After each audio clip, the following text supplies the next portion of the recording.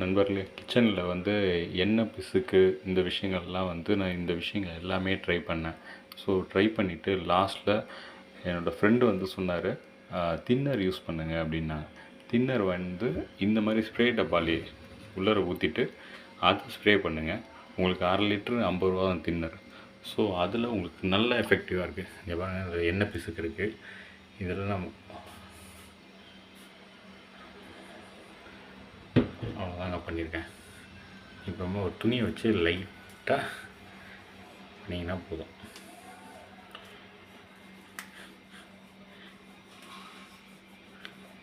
இதெல்லாம் படலை, அதனால் இது ஆகலை. பட் பட்ட இடத்த நல்லா பாருங்கள்.